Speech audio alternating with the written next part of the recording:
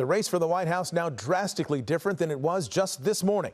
With less than 4 months until Americans head to the polls, there's been a seismic shift in the Democratic Party. President Joe Biden out of the race, announcing he no longer plans to run for re-election. Many, including Biden and California Governor Gavin Newsom, now endorsing Vice President Kamala Harris. Joining us to sift through all this major news today, Jory Rand. Jory, what a day it has been. It has been a very unique, historic day, you two.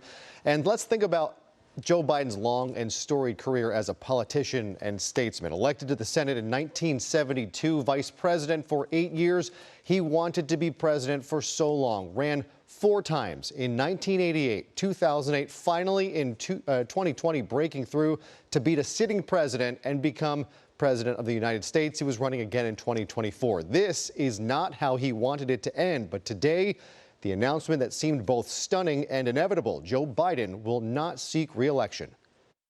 In a stunning move today, the 46th president of the United States, Joe Biden, announcing he will no longer seek a second term in office. The 81-year-old facing mounting pressure from within the Democratic Party to drop out of the race. The push reached a crescendo after the president's disastrous debate performance last month against former President Donald Trump. Making sure that we're able to make every single solitary person eligible for what I've been able to do with the with the COVID. With dealing with everything we have to do with. Look, if we finally beat Medicare.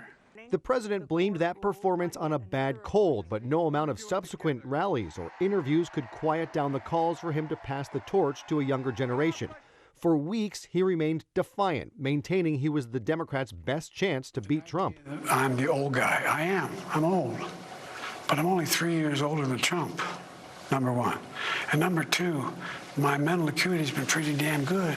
I've gotten more done than any president has in a long, long time. But this week, the dam seemed to break, with polls showing the president losing in nearly every swing state and more elected Democrats calling on him to stand down.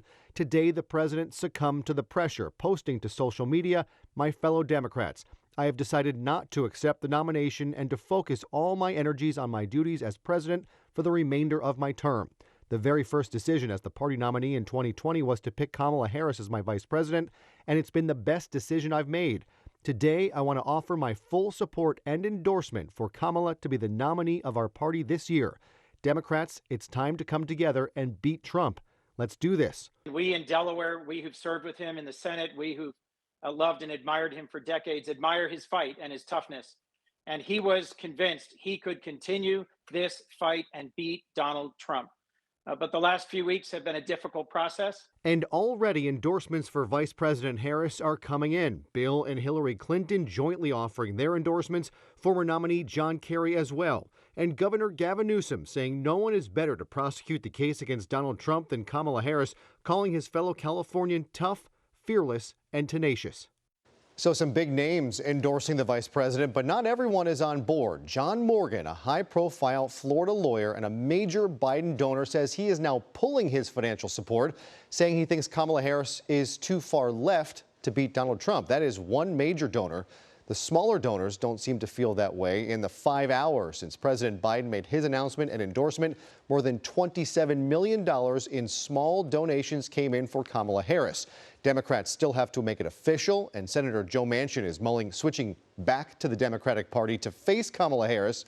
But he seems to be the outlier here. The Democratic National Convention is less than a month away. We'll see if Democrats even wait that long before they start roll calling votes from delegates.